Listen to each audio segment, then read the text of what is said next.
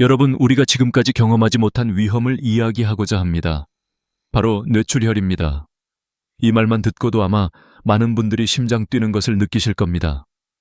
사실 뇌출혈은 그렇게 흔한 병이 아니지만 그 치명적인 위험성 때문에 우리가 반드시 알아야 할 질병입니다. 그런데 이번에는 우리가 생각지 못했던 반전이 기다리고 있습니다. 뇌출혈이라는 병은 단순한 질병이 아닙니다. 신체를 물리적으로 파괴하는 동시에 내부에서 화학적, 물리적 파괴를 일으킵니다. 그리고 그 파괴는 눈에 보이지 않습니다. 그럴 때 우리가 느끼는 건 한순간의 고통이 아니라 이미 지나친 시간이 지나고 난 후에 큰 후회입니다. 이것이 바로 우리가 이 이야기를 지금 해야만 하는 이유입니다. 뇌출혈은 사실 미리 막을 수 있습니다. 그러나 많은 사람들은 이 사실을 모르고 있습니다. 뇌출혈이 발생하기 전에 할 수 있는 일이 있다는 것을 모르고 그냥 지나쳐버리는 것입니다. 이게 바로 우리의 큰 실수입니다. 여러분, 지금도 이 병을 예방할 수 있다면 어떻게 하시겠습니까? 저는 지금 여러분에게 진심으로 이 병을 막을 수 있는 방법을 알려드리려고 합니다. 하지만 여러분이 그것을 믿지 않거나 나에게는 일어나지 않을 거야 라고 생각한다면 이 이야기의 끝을 볼 수 없을 것입니다. 뇌출혈은 결코 남의 일이 아닙니다. 여러분 주변에도 이 병에 걸릴 위험이 있는 사람이 많습니다. 바로 나 자신이 될 수 있습니다. 이제부터 뇌출혈에 대해 보다 자세히 이야기하겠습니다. 그 위험성은 무엇인지, 왜 그만큼 치명적인지, 그리고 어떻게 하면 이 병을 예방할 수 있는지에 대해 설명하겠습니다. 만약 여러분이 이 내용을 듣고 실천에 옮긴다면 자신의 생명을 구할 수 있습니다. 뇌출혈이 발생하면 그 피해는 생각보다 훨씬 더 큽니다. 갑작스럽게 발생하는 뇌출혈은 신체의 기능을 완전히 잃게 만들 수 있습니다. 물론 여러분이 아는 것처럼 우리 몸은 때때로 위기 상황에서 적응하기 위해 강력한 자가 치유 능력을 발휘할 수 있습니다. 하지만 뇌출혈은 그 치유 능력을 발휘하기 이전에 이미 큰 상처를 남깁니다. 특히 뇌세포는 가장 연약한 세포 중 하나로 한번 파괴되면 되돌릴 수 없습니다.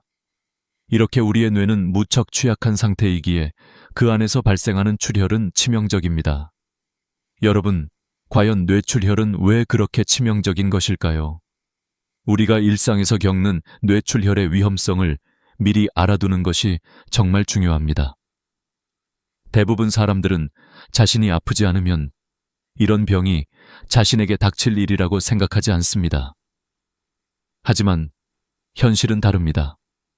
뇌출혈은 대개 증상이 없는 상태에서 그 자체가 자라나고 있기 때문입니다.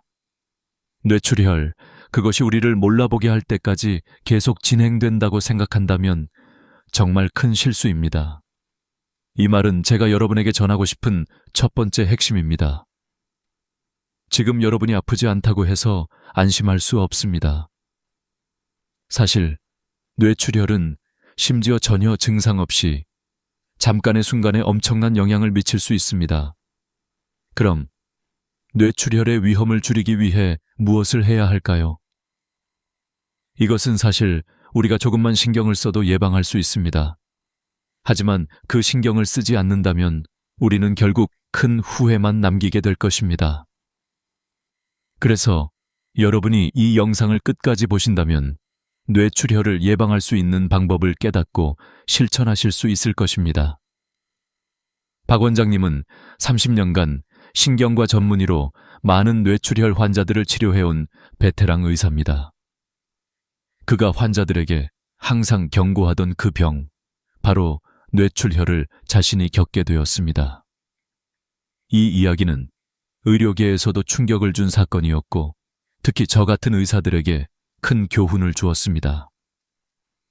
박 원장님은 스스로 건강하다고 믿었습니다. 매일 아침 6시에 출근해 밤 10시까지 환자들을 돌보며 건강을 유지하기 위해 최선을 다한다고 생각했죠. 그런데도 불구하고 그는 갑작스럽게 뇌출혈을 경험하게 된 것입니다. 박 원장님이 뇌출혈을 겪은 그날 오후 그는 수술 중에 손에 힘이 빠진다고 느꼈습니다. 동료 의사가 괜찮으세요? 라고 물었을 때 그 자리에서 쓰러지셨습니다. 평생을 뇌출혈 환자들을 치료하던 그가 정작 자신의 뇌출혈을 막지 못한 것이었습니다. 이 사건은 많은 사람들에게 경고를 주었습니다. 자신이 건강하다고 믿고 방심하는 것, 그것이 바로 가장 큰 위험이다 라는 교훈을 전한 것입니다. 박 원장님은 단 한 가지 중요한 점을 놓쳤습니다.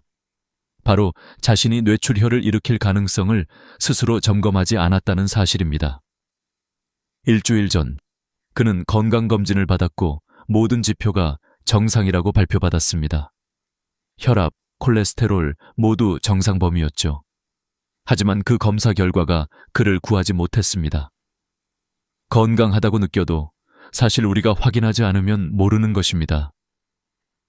박 원장님이 놓친 그 점이 바로 중요한 부분이었습니다.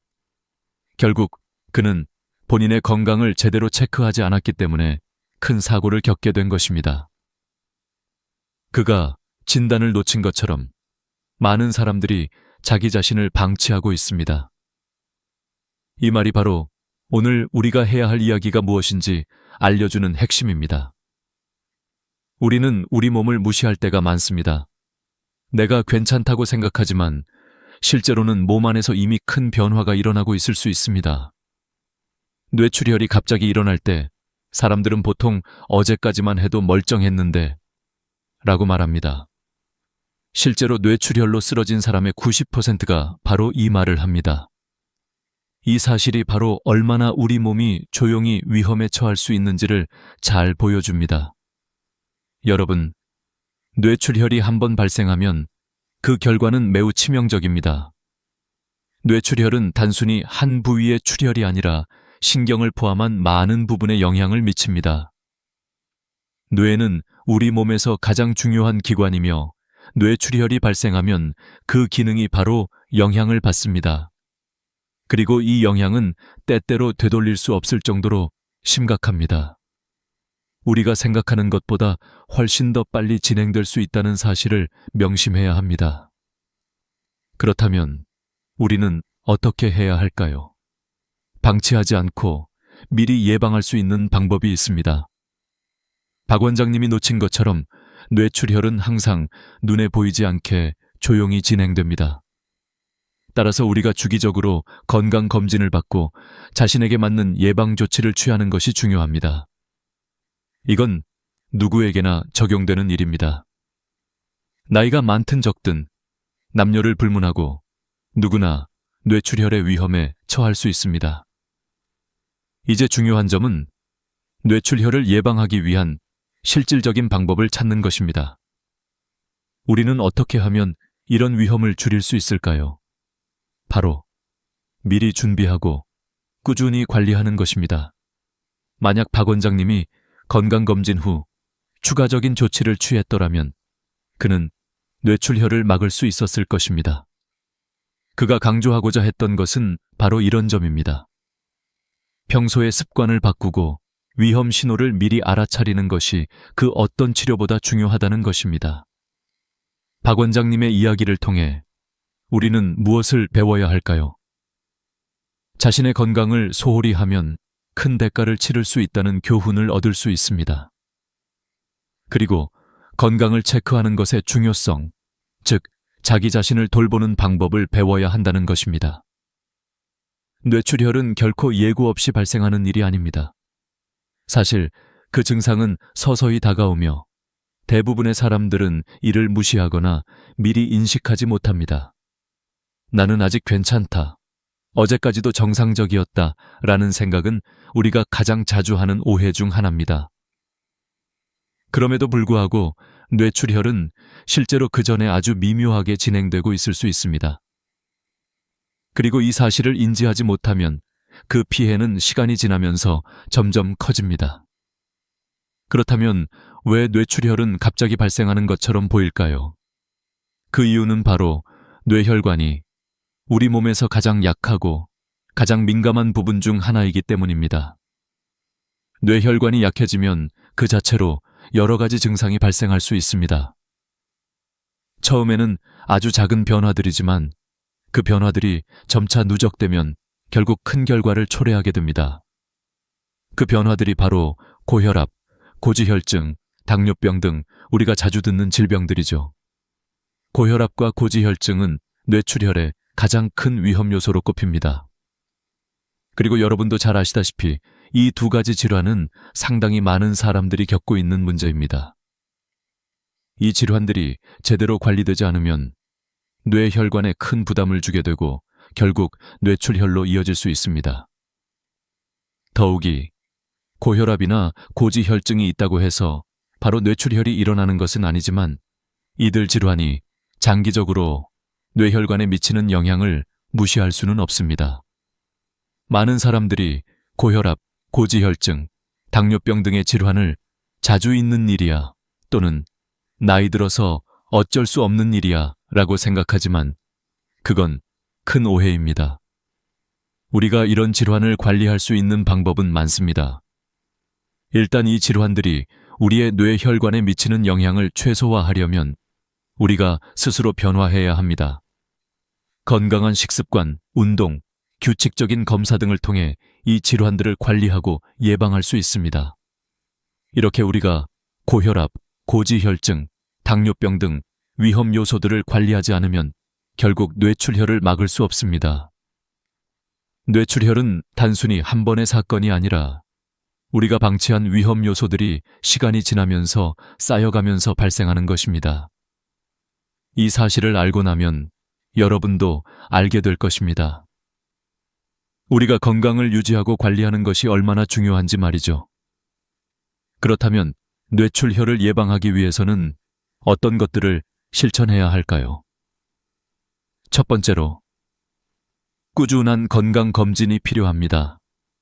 검사를 통해 우리는 자신의 건강 상태를 정확히 파악할 수 있습니다.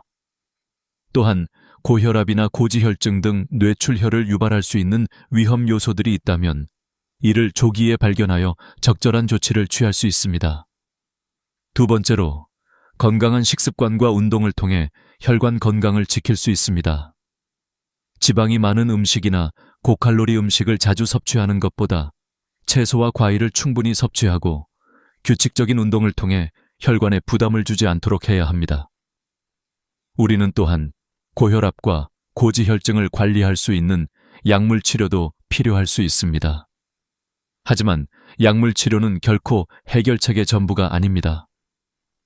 약물만으로는 뇌출혈을 예방하기 어렵습니다. 우리가 생활 습관을 개선하고 건강을 관리하는 것이 가장 중요합니다. 그리고 이를 위해선 매일 꾸준히 실천하는 것이 중요합니다. 우리 몸의 혈관은 마치 집안의 수도관과 같다고 비유할 수 있습니다. 새 집에 이사 갔을 때 수도관은 깨끗하고 물이 잘 흐릅니다. 하지만 시간이 지나면서 수도관에는 녹이 슬고 때가 끼기 시작합니다. 결국 물이 잘 나오지 않게 되죠. 우리 혈관도 마찬가지입니다. 젊었을 때는 깨끗한 혈관을 유지할 수 있지만 나이가 들고 잘못된 생활을 계속하면 혈관 벽에 기름과 찌꺼기가 쌓여 동맥경화가 생기게 됩니다. 하지만 이 수도관처럼 우리 혈관도 청소할 수 있습니다. 우리가 꾸준히 관리하면 혈관은 다시 건강해질 수 있습니다.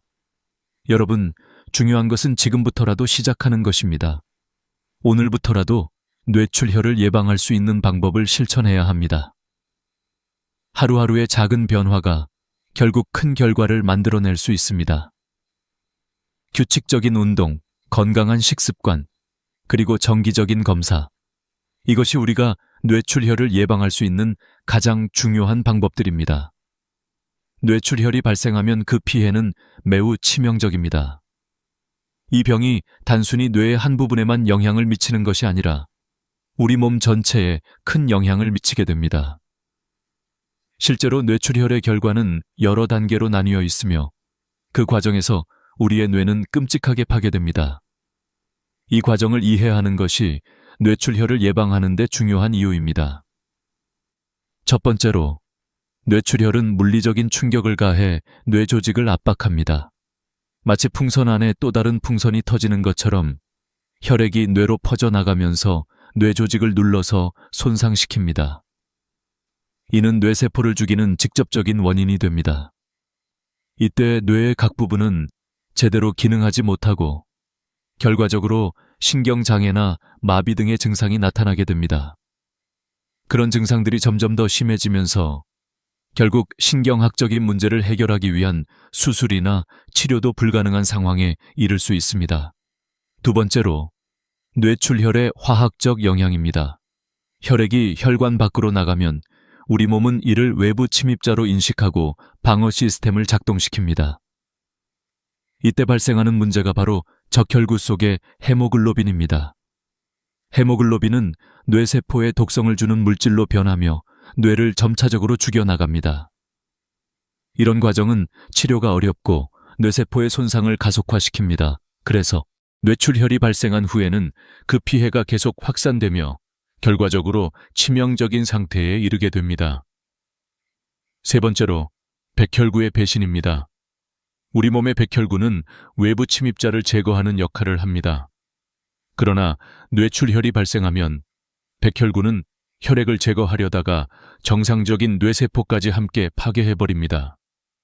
이 현상은 마치 상처에서 나오는 고름처럼 백혈구들이 자신들의 역할을 다하려다 오히려 뇌를 더 크게 망가뜨리는 것입니다. 이 삼중 파괴로 인해 손상된 부위는 계속 확장되며 치료가 매우 어렵습니다. 이러한 과정이 뇌출혈의 실제 메커니즘입니다.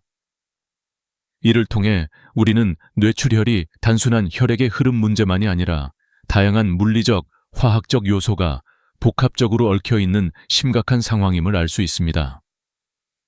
또한 뇌출혈이 발생하면 뇌의 기능을 회복하는 것이 사실상 불가능에 가까운 이유도 바로 이 때문입니다.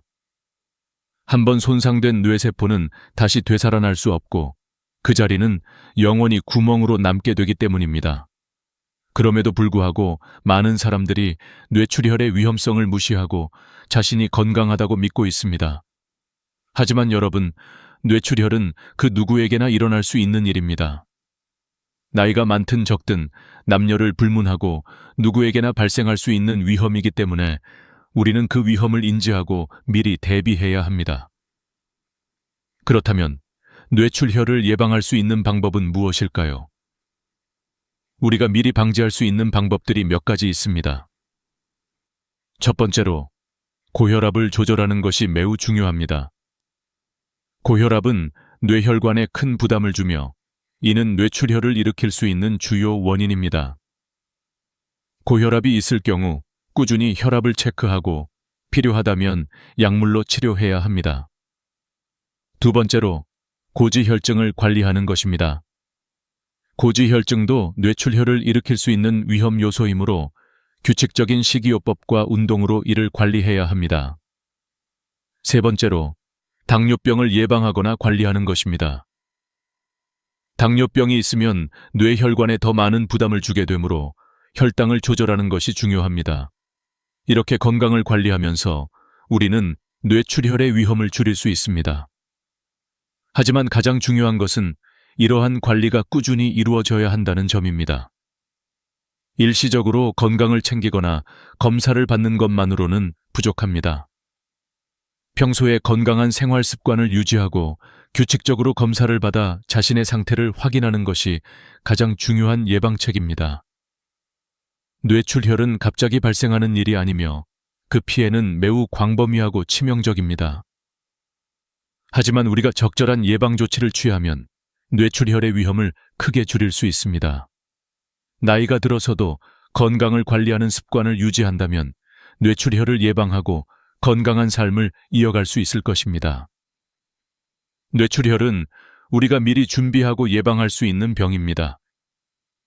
이 병이 한번 발생하면 그 피해는 되돌릴 수 없다는 점에서 예방이 무엇보다 중요합니다. 뇌출혈을 예방하기 위한 방법들은 생각보다 간단하고 일상적인 습관들을 조금만 바꾸면 충분히 효과를 볼 수 있습니다.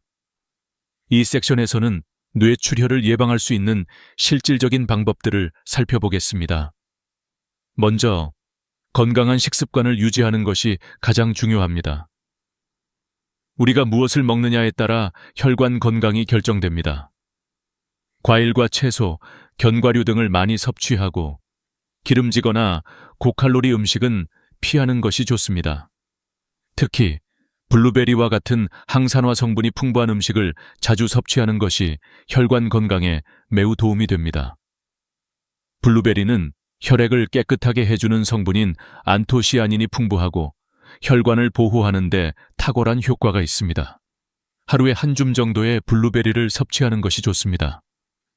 또한 레몬도 뇌출혈 예방에 매우 효과적인 음식입니다. 레몬에는 항산화 성분과 함께 이미 쌓인 기름 찌꺼기를 녹여주는 효과가 있습니다. 레몬을 먹는 방법은 매우 간단합니다. 아침 공복에 레몬즙을 한 컵 마시는 것만으로도 뇌혈관을 깨끗하게 할 수 있습니다. 하지만 중요한 점은 레몬의 껍질도 함께 섭취하는 것입니다. 껍질에는 혈관 건강에 좋은 성분들이 많이 포함되어 있기 때문입니다. 레몬즙을 짜서 마실 때는 껍질도 함께 갈아서 마시면 더욱 효과적입니다. 두 번째로, 운동은 뇌출혈을 예방하는 데 매우 중요한 역할을 합니다. 운동을 통해 혈액순환이 원활하게 이루어지고 혈관이 강화됩니다.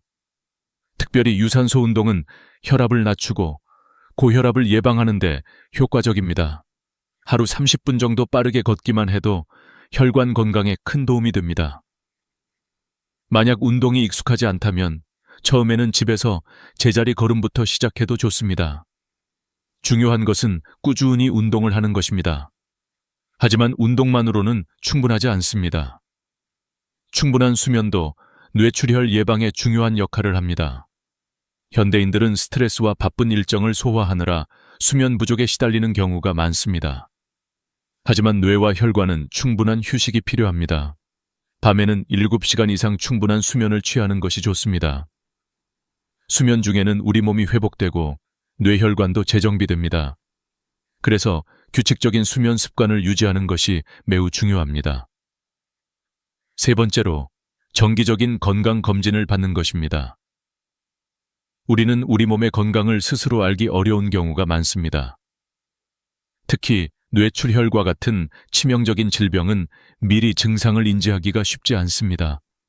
그래서 40세 이상이 되면 정기적으로 뇌혈관 검사를 받는 것이 좋습니다. 뇌혈관 검사로는 MA 검사나 경동맥 초음파 검사가 있습니다. 이러한 검사를 통해 뇌출혈을 일으킬 수 있는 위험 요소를 미리 발견하고 적절한 조치를 취할 수 있습니다. 예를 들어 뇌혈관에 동맥류가 발견되면 이를 조기에 치료하는 것이 매우 중요합니다. 마지막으로 스트레스 관리도 뇌출혈 예방에 중요한 역할을 합니다. 지속적인 스트레스는 고혈압을 유발하고 혈관에 부담을 주게 됩니다. 스트레스가 많을수록 혈압이 상승하고 결국 뇌출혈의 위험이 커집니다. 그래서 일상에서 스트레스를 관리할 수 있는 방법을 찾는 것이 중요합니다. 명상, 요가 혹은 간단한 호흡 운동 등은 스트레스 해소에 도움이 됩니다. 이 모든 방법들은 어렵지 않으며 누구나 실천할 수 있는 방법들입니다. 뇌출혈을 예방하는 것은 우리의 일상 속에서 실천할 수 있는 작은 변화들로 이루어집니다. 식습관을 개선하고 운동을 하고 스트레스를 관리하며 정기적으로 검사를 받는 것만으로도 뇌출혈의 위험을 크게 줄일 수 있습니다. 중요한 것은 우리가 이러한 방법들을 꾸준히 실천하는 것입니다. 그러면 우리는 더 건강한 뇌혈관을 유지할 수 있습니다. 이제 우리가 실천해야 할 것들은 분명히 보였습니다. 자신의 건강을 돌보는 일이 무엇보다 중요합니다. 뇌출혈을 예방하는 것은 결국 우리 스스로의 손에 달려 있습니다. 오늘부터라도 식습관을 개선하고 운동을 시작하고 정기적인 검진을 받는 것으로 첫걸음을 내딛어 보세요. 그러면 여러분의 뇌혈관 건강은 더욱 튼튼해질 것입니다. 지금까지 뇌출혈의 위험성, 그리고 예방 방법에 대해 알아봤습니다. 여러분은 이 정보를 통해 무엇을 배웠나요? 아마도 많은 분들이 뇌출혈이 단순한 질병이 아니라 우리 일상에서 아주 작은 변화로 예방할 수 있다는 사실에 놀랐을 것입니다. 지금까지 우리가 이야기한 내용은 단순한 이론이 아닙니다. 실제로 많은 사람들이 그들의 생활 습관을 조금만 바꿔도 큰 차이를 경험했으며 뇌출혈과 같은 치명적인 질병을 예방하는 데 성공했습니다. 이제 여러분이 할 차례입니다. 뇌출혈을 예방하는 것은 단기적인 목표가 아니라 평생 건강을 지키는 일입니다. 그런데 여기서 중요한 것은 여러분이 내일이나 다음 주부터 시작할 것이 아니라 바로 지금 시작해야 한다는 것입니다. 뇌출혈의 예방은 지금 바로 시작해야만 그 효과를 볼 수 있습니다. 우리는 오늘부터 작은 변화들을 시작할 수 있습니다. 첫 번째로 건강한 식습관을 실천하세요. 아침에 일어나면 레몬즙을 한 컵 혹은 블루베리를 한 줌 섭취하는 것으로 시작할 수 있습니다. 블루베리와 레몬은 뇌혈관을 보호하는 훌륭한 슈퍼푸드입니다. 그리고 규칙적인 식사를 하며 기름지거나 고칼로리 음식을 줄이는 것부터 시작하세요. 두 번째로 매일 30분 이상 운동을 하세요. 헬스장에 가기 어려운 경우라도 매일 30분씩 걷는 것만으로도 혈관 건강을 크게 향상시킬 수 있습니다. 운동은 단순히 몸매를 가꾸는 것이 아니라 혈압과 혈당을 조절하는 데 중요한 역할을 합니다. 매일 조금씩이라도 걷는 습관을 들이면 뇌출혈의 위험을 크게 줄일 수 있습니다. 세 번째로 스트레스를 관리하세요. 스트레스는 고혈압과 직결되며 혈관에 부담을 주게 됩니다. 스트레스를 완전히 없앨 수는 없겠지만 명상, 깊은 호흡, 가벼운 운동 등을 통해 이를 관리할 수 있습니다. 하루 중 잠깐의 시간을 내어 마음을 편안하게 할 수 있는 방법을 찾는 것이 중요합니다. 네 번째로, 정기적인 건강검진을 받으세요. 여러분이 느끼기에 괜찮다고 하더라도 뇌출혈과 같은 질병은 미리 증상이 없을 수 있습니다. 따라서 40대 이상이라면 매년 정기적인 검사를 받아 자신의 혈관 상태를 점검해야 합니다. 이는 뇌출혈을 예방하는 데 중요한 첫걸음입니다. 이 모든 방법들을 실천하며 여러분은 뇌출혈을 예방할 수 있습니다. 그렇다면 이제 여러분에게 질문을 드리겠습니다. 오늘부터 여러분은 어떤 변화를 실천할 준비가 되었나요? 여러분의 건강을 지키기 위해 무엇을 시작할 것인가요? 이 질문에 답하기 위해 지금 바로 실천해 보세요. 마지막으로 이 영상을 보고 있는 여러분에게 당부드리고 싶은 말이 있습니다. 건강은 나 혼자만의 문제가 아닙니다. 내가 건강해야 내 가족도, 내 친구도 안전할 수 있습니다. 여러분의 사랑하는 사람들이 뇌출혈의 위험에 처해 있다면 이 영상을 꼭 공유해 주세요. 그렇게 함으로써 그들도 이 위험을 피할 수 있을 것입니다. 지금 당장 이 영상을 공유하고 여러분의 건강관리에 변화를 주는 첫걸음을 내딛어 보세요. 건강은 작은 습관에서 시작됩니다. 지금 바로 실천하세요. 영상이 끝난 후 구독과 좋아요를 눌러주시고 알림 설정을 해두세요. 앞으로도 더 많은 건강 정보를 공유할 예정이니 함께 건강한 삶을 이어나갑시다. 여러분의 건강한 내일을 응원합니다. 감사합니다. 우리는 일상에서 흔히 약을 복용합니다.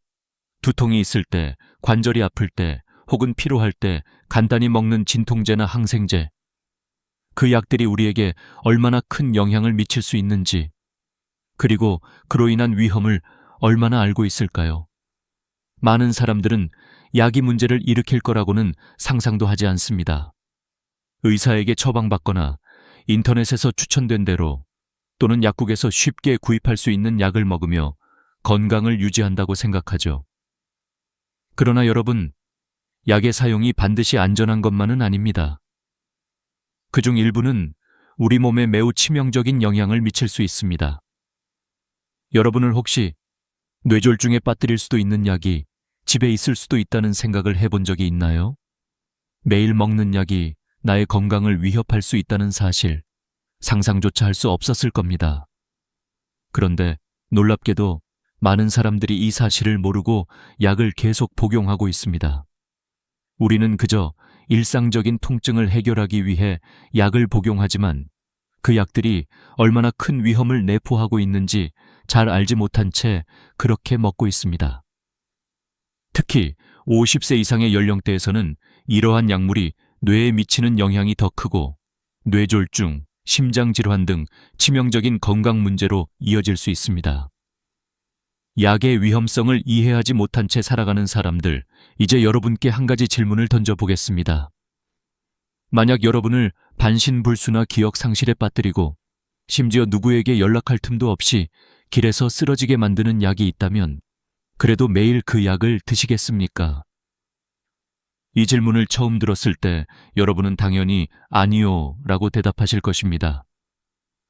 하지만 수백만 명의 한국인들이 바로 그런 약을 매일 복용하고 있다는 사실을 알고 계셨나요? 그 약들이 바로 여러분의 가정 상비약 속에 있을지도 모릅니다. 정말 충격적인 사실이지 않나요? 그렇다면 왜 사람들은 이러한 위험을 모르고 그 약들을 계속 복용할까요? 그 이유는 간단합니다. 우리가 먹는 약이 의사 처방을 받았거나 약국에서 구입했다는 이유로 그 위험성에 대해 신경을 쓰지 않기 때문입니다. 이 약이 내가 먹는 약이니 안전할 것이다 라는 생각에 빠져 있습니다. 그러나 그 약들이 실제로 나의 건강을 어떻게 영향을 미칠 수 있는지, 어떤 부작용을 초래할 수 있는지 제대로 이해하고 있는 사람은 그리 많지 않습니다. 뇌졸중의 위험성을 알지 못한 채 약을 복용하는 사람들, 저는 30년 넘게 서울에서부터 광주까지 여러 병원에서 근무한 경험을 가진 내과 의사입니다. 제 경험상 뇌졸중 환자들의 대부분은 매우 건강해 보였던 사람들입니다. 그들은 평소에 정상적인 생활을 하고 규칙적으로 운동을 하고 건강하게 식사를 하며 전혀 문제가 없었던 사람들입니다. 그럼에도 불구하고 단 하루 만에 뇌졸중으로 쓰러졌습니다. 그들의 몸은 갑작스럽게 마비되었고 말을 할 수 없으며 기억도 잃고 결국 삶의 질이 급격히 떨어졌습니다. 하지만 그들이 겪은 일은 우연이 아니었습니다. 그들은 자신이 뇌졸중에 위험하다는 사실을 전혀 몰랐습니다. 그들은 담배도 피우지 않았고 술도 자주 마시지 않았으며 규칙적인 운동과 식사를 했습니다. 그런데도 그들이 겪은 뇌졸중은 예고도 없이 찾아왔습니다. 그들의 비극적인 경험을 통해 알게 된 사실은 그들이 꾸준히 복용하고 있던 약들이 그 원인 중 하나였다는 점입니다. 매일 복용하는 약이 뇌졸중을 초래할 수 있다. 이제 우리는 약이라는 존재에 대해 다시 생각해 볼 필요가 있습니다. 왜냐하면 우리가 매일 먹고 있는 약이 우리를 점점 더 위험하게 만들 수 있기 때문입니다. 사실 많은 사람들이 자신이 먹고 있는 약이 위험한지에 대해 전혀 의문을 품지 않습니다. 그저 의사가 처방해준 약이라거나 약국에서 쉽게 구입할 수 있기 때문에 안전할 것이다 라는 믿음만 가지고 있죠. 그러나 이는 완전히 잘못된 믿음입니다. 사람들이 가장 흔히 복용하는 약 중 하나는 바로 진통제와 소염제입니다. 많은 사람들이 두통이나 관절통을 완화하기 위해 이러한 약을 자주 복용합니다. 하지만 이 약들이 여러분의 뇌와 혈관에 미치는 영향을 아시나요? 이러한 약들은 혈관을 강화하는 것이 아니라 오히려 약화시키고 혈액의 흐름을 방해합니다. 그 결과 뇌혈관에 치명적인 영향을 미쳐 뇌졸중의 위험을 크게 증가시킵니다. 약이 일으킬 수 있는 위험에 대한 경고. 이번 영상에서 제가 여러분께 경고하고 싶은 것은 단순히 약물의 위험성에 대한 이야기가 아닙니다. 저는 여러분이 그 약을 복용하고 있다는 사실 자체가 위험하다는 것을 알려드리고자 합니다. 그렇다면 어떤 약들이 특히 위험한지, 그리고 그 약들이 왜 위험한지 구체적으로 살펴보겠습니다. 여러분이 매일 복용하는 약이 여러분의 뇌와 혈관에 어떤 영향을 미치는지 알게 되면 지금까지의 약물 사용에 대한 생각이 완전히 달라질 것입니다. 고령화 사회에 접어든 우리나라에서 많은 사람들이 나이가 들어감에 따라 약물 복용이 일상적인 부분이 되었습니다. 특히 50대 이상 연령대에서 약물 사용은 일반적이고 그 수는 점점 늘어나고 있습니다. 하지만 그들 중 많은 사람들이 자신이 복용하는 약물이 갖는 잠재적인 위험성에 대해 충분히 인지하지 못한 채 약을 복용하고 있다는 사실을 알고 있습니까? 사실 약물에 대한 인식 부족은 우리 사회에서 큰 문제로 다가오고 있습니다. 이제 여러분이 가정에서 흔히 접할 수 있는 약들을 다시 한번 되짚어 보겠습니다. 여러분의 약상자에는 어떤 약들이 있나요? 대부분은 흔히 쓰이는 진통제, 고혈압약, 당뇨약, 그리고 일부는 혈액순환을 돕는 약들일 것입니다. 하지만 이 약들이 각자의 몸에 미치는 영향은 상상 이상으로 클 수 있습니다. 특히 고령자의 경우 체내의 면역력과 신체 기능이 점차 약해짐에 따라 약물이 작용하는 방식도 달라집니다. 예를 들어 젊은 시절에는 부작용이 거의 없거나 매우 미미한 약들도 나이가 들면서 그 효과와 부작용이 더욱 명확하게 나타날 수 있습니다. 그리고 이런 약물들은 혈관과 뇌에 부정적인 영향을 미치기 시작하는 경우가 많습니다. 하지만 많은 고령자들은 그저 의사에게 처방받은 약이라며 계속해서 복용하고 약의 위험성을 인지하지 못한 채 일상적으로 섭취하게 됩니다. 복용하는 약물의 부작용에 대한 무지 많은 사람들이 자신이 복용하는 약물의 부작용을 알지 못합니다. 예를 들어 고혈압약을 복용하는 사람들 중 일부는 그 약이 뇌졸중을 유발할 수 있다는 사실을 모른 채 복용하고 있습니다. 또한 당뇨약이나 콜레스테롤 약물 역시 잘못 사용될 경우 심각한 부작용을 일으킬 수 있습니다. 이런 약들이 쌓이고 쌓여 뇌혈관에 영향을 미치면 결국 뇌졸중이라는 무서운 결과를 초래할 수 있습니다. 그럼에도 불구하고 대부분의 고령자들은 그저 약을 먹으면 괜찮겠지라는 생각을 가지고 있습니다. 이들은 약을 복용할 때마다 오늘도 건강을 유지할 수 있겠구나 라는 마음으로 그 약을 복용하지만 사실 그 약이 조금씩 그러나 지속적으로 건강을 해치고 있다는 점을 간과하고 있습니다. 약물 의존성의 위험성, 일반적으로 사람들이 약을 복용하는 이유는 불편함을 해소하거나 통증을 완화하기 위함입니다. 그러나 장기간, 특히 50대 이후의 나이에 약물 의존이 심화되면 약물이 신체의 자연적인 균형을 깨뜨릴 수 있습니다. 예를 들어 진통제나 소염제는 일시적으로 통증을 없애지만 이들이 몸속에 축적되면 혈압을 상승시키고 혈액을 두껍게 하여 결국 혈관에 부정적인 영향을 미칩니다. 많은 사람들이 의사의 처방을 받거나 약국에서 구입한 약이기 때문에 안전하다고 생각하지만 이는 잘못된 생각입니다. 오히려 약물을 너무 자주 복용하거나 잘못 사용하면 그 약이 몸을 더욱 위험한 상태로 이끌 수 있습니다. 특히 나이가 들수록 몸은 약물에 대한 반응이 달라지기 때문에 같은 약물이라도 그 효과가 다른 나이에 따라 다를 수 있습니다. 약물 사용의 경고와 대체 방법. 이제 여러분이 매일 복용하는 약물에 대해 다시 한번 생각해 볼 필요가 있습니다. 여러분의 약물이 몸에 미치는 영향을 제대로 알고 있나요? 약물 복용을 지속하면서 그것이 어떤 영향을 미치는지, 그리고 그 약물이 장기적으로 여러분의 건강에 어떤 해를 끼칠 수 있는지를 반드시 점검해야 합니다. 대체 방법도 많습니다. 운동과 식습관을 개선함으로써 약물에 대한 의존을 줄일 수 있습니다. 예를 들어 관절 통증이 있다면 단순히 진통제를 복용하는 대신 운동과 물리치료를 통해 통증을 줄일 수 있습니다.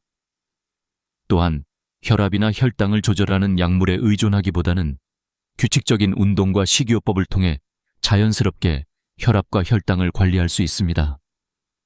여러분이 복용하는 약물이 위험할 수 있다는 사실을 알게 된 이상, 이제는 그 약물을 어떻게 안전하게 사용할 수 있을지, 대체할 수 있는 방법이 무엇인지에 대해 생각해 보셔야 합니다. 약물 사용에 대한 위험을 충분히 이해하고 자신에게 맞는 방법으로 건강을 지킬 수 있는 방법을 찾아보세요. 이제 우리는 어떤 약물이 위험한지에 대해 구체적으로 살펴보겠습니다. 많은 사람들이 일상적으로 복용하는 약들 중에는 생각보다 훨씬 많은 위험 요소가 숨어 있습니다. 특히 50대 이상 연령대에서 자주 복용하는 약들이 뇌졸중과 같은 심각한 건강 문제를 초래할 수 있다는 사실을 간과하고 있습니다. 그럼 어떤 약들이 위험한지, 왜 위험한지에 대해 좀 더 구체적으로 알아보겠습니다. 1. 진통제와 소염제, NSAIDs. 가장 흔하게 사용되는 약물군 중 하나는 바로 진통제와 소염제입니다. 이 약들은 우리가 가장 쉽게 접할 수 있는 약물로 두통, 근육통, 관절염 등 여러 통증을 완화시켜주는데 사용됩니다. 그러나 이 약들에는 우리가 잘 모르는 위험이 숨어 있습니다. 진통제나 소염제를 자주 복용하면 신체의 나트륨과 수분을 과도하게 보유하게 됩니다. 이로 인해 혈액량이 증가하고 혈압이 상승합니다. 혈액량이 늘어나면 혈관벽에 가해지는 압력이 증가하고 이는 혈관을 약하게 만들어 뇌혈관이 터지거나 막히는 원인이 될 수 있습니다. 사실 이런 소염제들은 혈관 내벽에 미세한 염증을 유발하고 시간이 지남에 따라 콜레스테롤과 지방이 혈관벽에 축적되기 때문에 혈전이 생기기 쉬운 환경을 만들어냅니다. 이로 인해 많은 사람들이 고혈압이나 뇌졸중과 같은 질환에 걸릴 위험이 커집니다. 예를 들어 부산에 사시는 70세 김 선생님은 3년 동안 디클로페낙 소염제를 복용한 후 뇌경색을 경험했습니다. 그가 매일 복용하던 약물이 결국 그의 건강을 위협한 원인이 된 것이었습니다. 2. 고혈압 약물은 고혈압을 관리하기 위해 복용하는 약들입니다. 하지만 이 약물들이 문제를 일으킬 수 있다는 사실을 아는 사람은 많지 않습니다. 고혈압을 관리하는 약은 혈압을 낮추는 데 중요한 역할을 하지만 이러한 약물이 장기적으로 뇌혈관에 미치는 영향은 과소평가되기 쉽습니다. 일부 고혈압 약물은 뇌에 혈류를 적절히 공급하지 못하게 만들어 결국 뇌졸중의 위험을 증가시킬 수 있습니다. 예를 들어 일부 베타 차단제나 ACE 억제제는 혈압을 낮추는 동시에 혈관의 탄력을 떨어뜨리기도 합니다. 이로 인해 혈관이 약해지고 시간이 지나면 뇌혈관이 터질 위험이 커질 수 있습니다. 고혈압을 관리하는 약물이 나쁜 영향을 미치지 않도록 하려면 정확한 용량을 지키고 의사와 지속적으로 상담하며 복용을 조정하는 것이 중요합니다. 3. 당뇨약, 인슐린, 경구약, 당뇨병 약물도 마찬가지로 주의가 필요합니다. 많은 사람들이 당뇨약을 복용하면서 자신의 건강을 유지한다고 믿고 있습니다. 그러나 일부 당뇨약, 특히 인슐린이나 특정 경구약들은 장기적으로 신체의 혈당을 인위적으로 조절하다 보니 뇌와 혈관에 부정적인 영향을 미칠 수 있습니다. 인슐린 과잉 복용은 혈당을 지나치게 낮출 수 있으며 그로 인해 혈액순환에 이상을 일으킬 수 있습니다. 이로 인해 뇌혈관이 위축되고 결국 뇌졸중의 위험을 증가시킬 수 있습니다. 또한 당뇨병 약물이 신경계에 미치는 영향은 간과되기 쉽습니다. 특히 당뇨병으로 인한 신경 손상은 시간이 지날수록 점차적으로 진행되며 이는 뇌졸중과 같은 심각한 합병증으로 이어질 수 있습니다. 당뇨약을 복용하는 동안 주기적으로 혈당 수치를 체크하고 약의 용량을 정확히 조절하는 것이 중요합니다. 4. 한구울제와 진정제, 항정신병 약물. 고령자들이 자주 복용하는 약물 중 하나는 바로 한구울제나 진정제입니다. 이 약들은 주로 우울증이나 불안장애, 수면장애 등을 완화하기 위해 사용됩니다. 그러나 이 약물들은 뇌와 심혈관에 상당한 영향을 미칠 수 있습니다. 특히 한구울제와 진정제는 신경 전달 물질을 조절하는데 이로 인해 기억력이나 집중력에 부정적인 영향을 미칠 수 있습니다.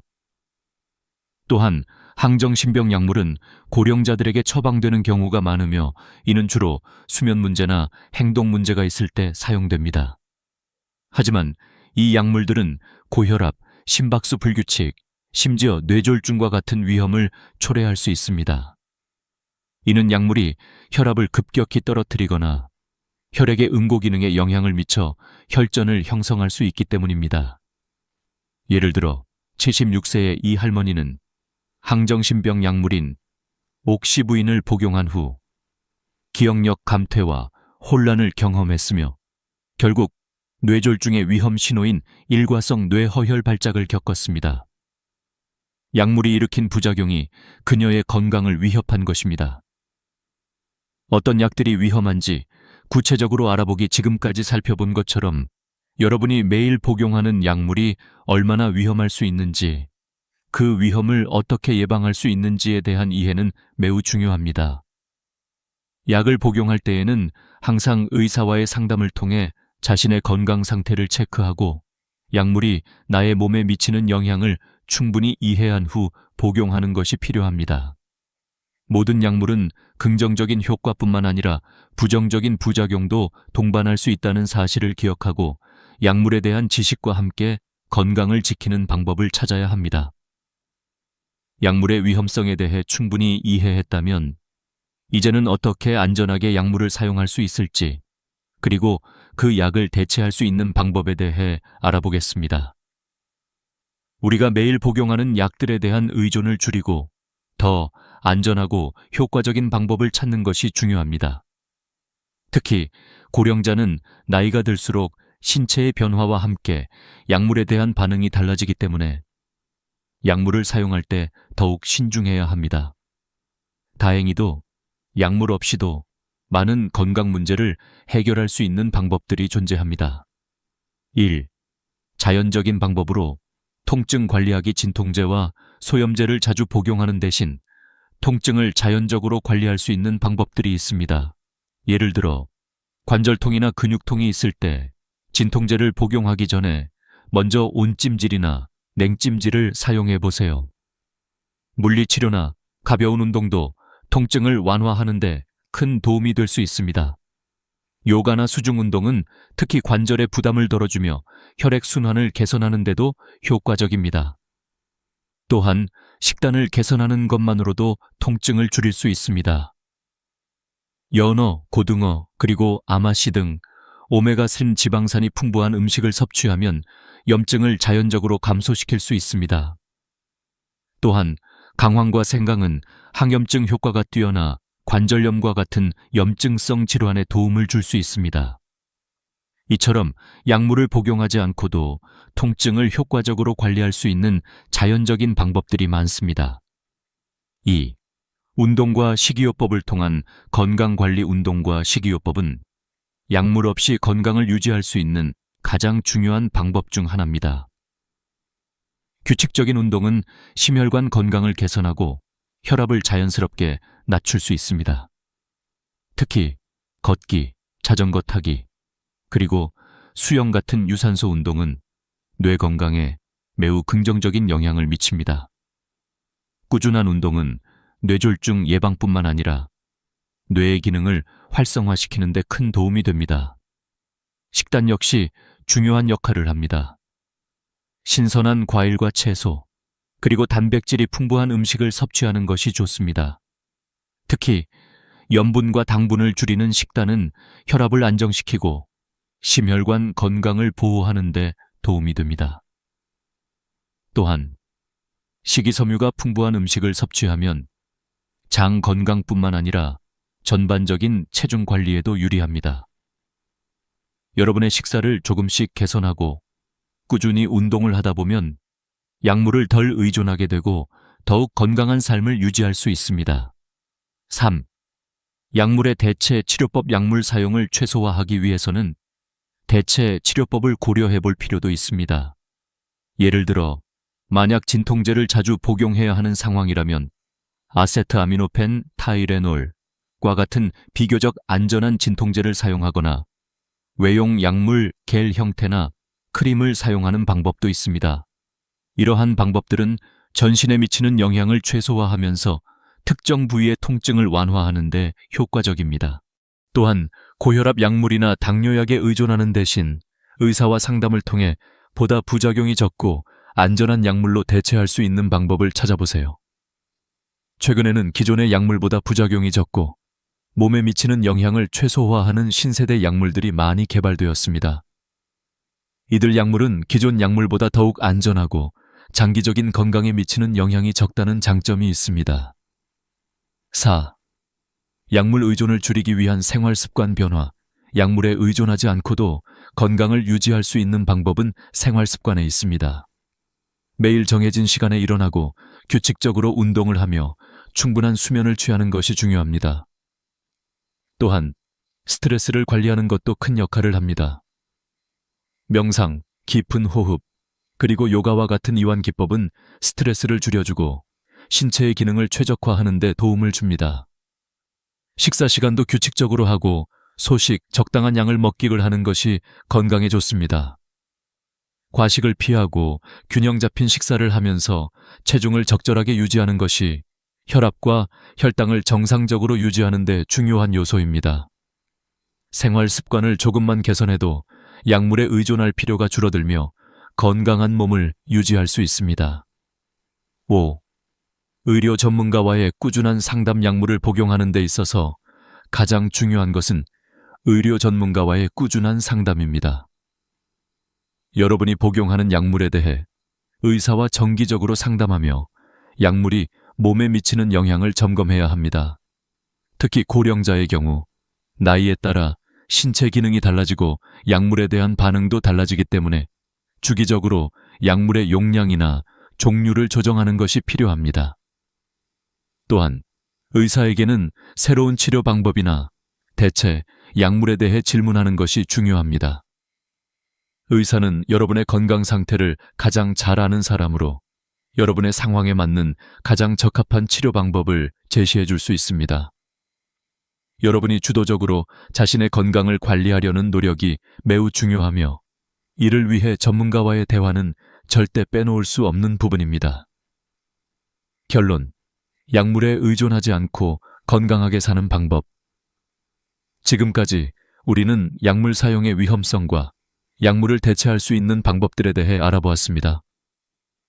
여러분이 건강을 유지하고 약물에 의존하지 않기 위해서는 꾸준한 운동과 식이요법, 그리고 적절한 생활 습관 변화가 필요합니다. 또한 약물을 사용하더라도 항상 의사와 상담하여 가장 안전한 방법을 찾고 약물의 부작용을 최소화할 수 있는 방법을 찾아야 합니다. 건강을 지키는 가장 중요한 비결은 여러분이 직접 자신의 몸을 돌보고 건강을 위한 주도적인 결정을 내리는 것입니다. 약물이 아닌 건강한 생활 습관과 올바른 정보가 여러분의 건강을 지키는 최고의 방법임을 잊지 마세요. 이제 우리는 주도적으로 건강을 관리하고 예방적인 차원에서 건강을 지키는 방법에 대해 알아보겠습니다. 무엇보다 중요한 것은 자신의 건강에 대한 책임을 스스로 지는 것입니다. 우리가 의존하는 것이 의사나 약물만이 아니라 우리 자신의 생활 습관과 결단력이라는 사실을 명심해야 합니다. 특히 고령자들께서는 건강을 잘 관리하는 방법을 알지 못하거나 치료에 의존하기보다는 예방을 통해 더 건강한 삶을 유지할 수 있다는 점에서 중요성이 크죠. 1. 자기 자신을 위한 결단. 고령이 되면서 우리의 몸은 자연스럽게 변화합니다. 그리고 그 변화는 약물의 효과와 부작용에 대한 반응을 다르게 만듭니다. 그렇기 때문에 나이가 들수록 자신의 건강을 관리하는 책임은 더욱 중요해집니다. 나는 나이를 먹었으니까 약물에 의존하는 것이 당연하다고 생각하기보다는 매일 자신의 몸을 체크하고 무엇을 먹고 어떻게 활동하는지에 대한 책임을 져야 합니다. 이제 여러분에게 중요한 질문을 던지겠습니다. 여러분은 자신의 건강을 얼마나 주도적으로 관리하고 있나요? 우리가 약물을 복용하거나 정기적인 검진을 받는 것은 물론 중요하지만 가장 중요한 것은 그보다 먼저 자신의 몸에 대한 인식을 개선하고 생활 습관을 적극적으로 변화시키는 것입니다. 꾸준한 운동, 건강한 식사, 그리고 정신적인 균형을 맞추는 것만으로도 건강을 크게 향상시킬 수 있습니다. 2. 규칙적인 운동과 식이요법. 운동은 나이가 들어도 지속적으로 해야 할 중요한 활동입니다. 특히 유산소 운동은 뇌와 심혈관 건강을 유지하는 데 중요한 역할을 합니다. 걷기, 자전거 타기, 수영 같은 운동은 우리 몸의 근육을 강화하고 뇌의 혈류를 개선하여 뇌졸중 예방에 큰 도움이 됩니다. 또한 꾸준한 운동은 신경계를 자극하고 전반적인 체력 증진에 기여하여 우리가 나이가 들어도 건강을 유지할 수 있도록 도와줍니다. 식이요법도 큰 영향을 미칩니다.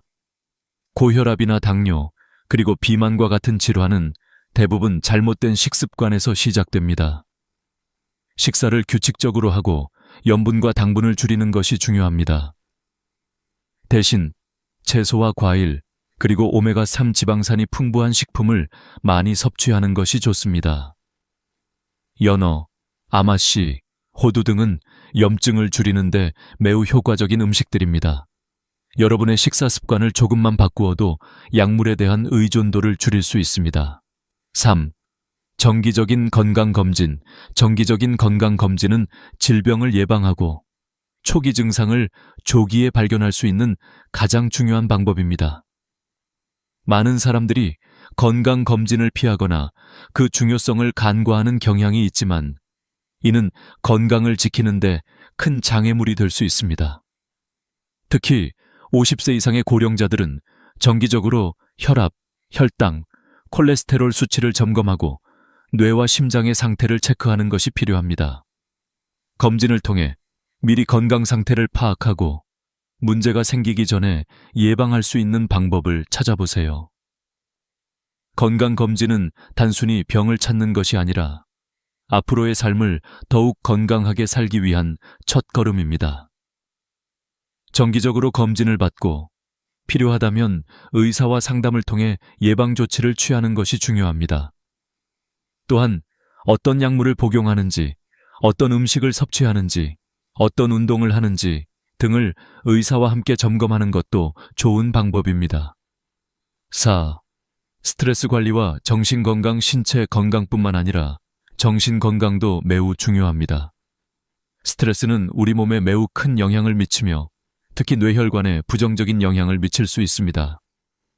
스트레스가 지나치면 혈압을 상승시키고 심혈관에 부담을 줄 수 있습니다.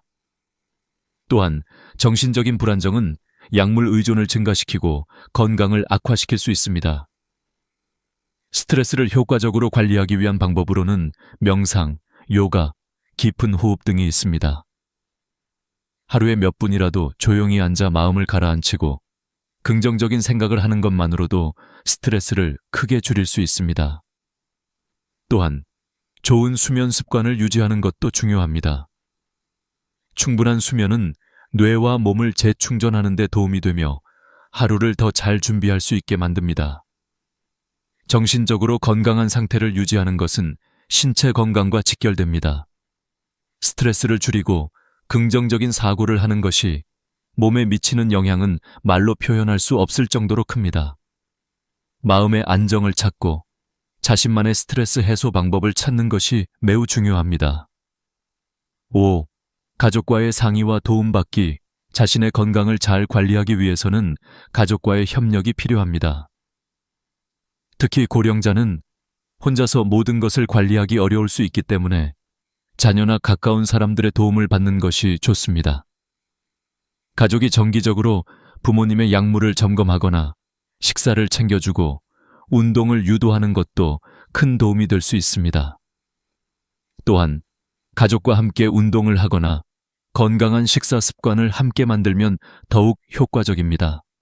가족은 여러분의 건강을 지키는 데 있어 두 번째 보호막입니다. 자주 부모님의 약상자나 복용하는 약을 점검하고 약물의 부작용이나 변화가 없는지 살펴보세요. 부모님이 혼자서 해결하기 어려운 문제들은 가족이 도와줄 수 있습니다. 또한 건강 상태에 대해 대화하며 필요한 조치를 함께 취하는 것이 중요합니다. 6. 결론. 주도적인 건강 관리로 더 나은 삶을 지금까지 우리는 건강을 관리하는 데 있어 가장 중요한 원칙들을 살펴보았습니다. 여러분의 건강은 누구도 대신 지킬 수 없습니다. 여러분이 주도적으로 건강을 관리하고 예방적인 차원에서 철저히 준비한다면 나이가 들어도 건강한 삶을 유지할 수 있습니다. 약물에 의존하지 않고도 건강을 지킬 수 있는 방법은 많습니다. 꾸준한 운동, 건강한 식사, 정기적인 검진, 스트레스 관리 등을 통해 더 나은 삶을 만들 수 있습니다. 여러분의 건강은 여러분 자신만의 책임입니다. 오늘부터라도 자신을 위해 건강한 결정을 내리세요. 의사와의 상담을 통해 약물의 사용을 재점검하고 생활 습관을 개선해 나가세요. 더 이상 약물에 의존하지 않고 건강한 생활을 추구하는 것이 바로 여러분의 건강을 지키는 최고의 방법입니다. 이제 마지막으로 오늘 우리가 다룬 내용을 바탕으로 중요한 교훈과 결단에 대해 이야기하겠습니다. 여러분이 약물 사용과 건강 관리에 대한 새로운 시각을 갖게 되었다면 그 시각을 실제 행동으로 옮겨야 할 때입니다. 이 부분은 여러분의 삶에 큰 영향을 미칠 수 있으며 앞으로 어떻게 건강을 관리할 것인지에 대한 중요한 결단이 될 것입니다. 1. 약물 사용에 대한 신중함. 앞서 살펴본 것처럼 약물은 우리 몸에 매우 큰 영향을 미칠 수 있습니다.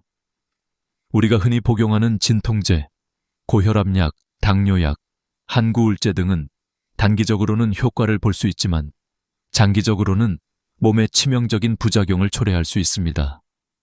특히 고령자들은 약물의 부작용에 민감하기 때문에 약물을 사용하기 전 반드시 의사와 상의하고 복용 중인 약물이 나의 건강에 미치는 영향을 점검해야 합니다.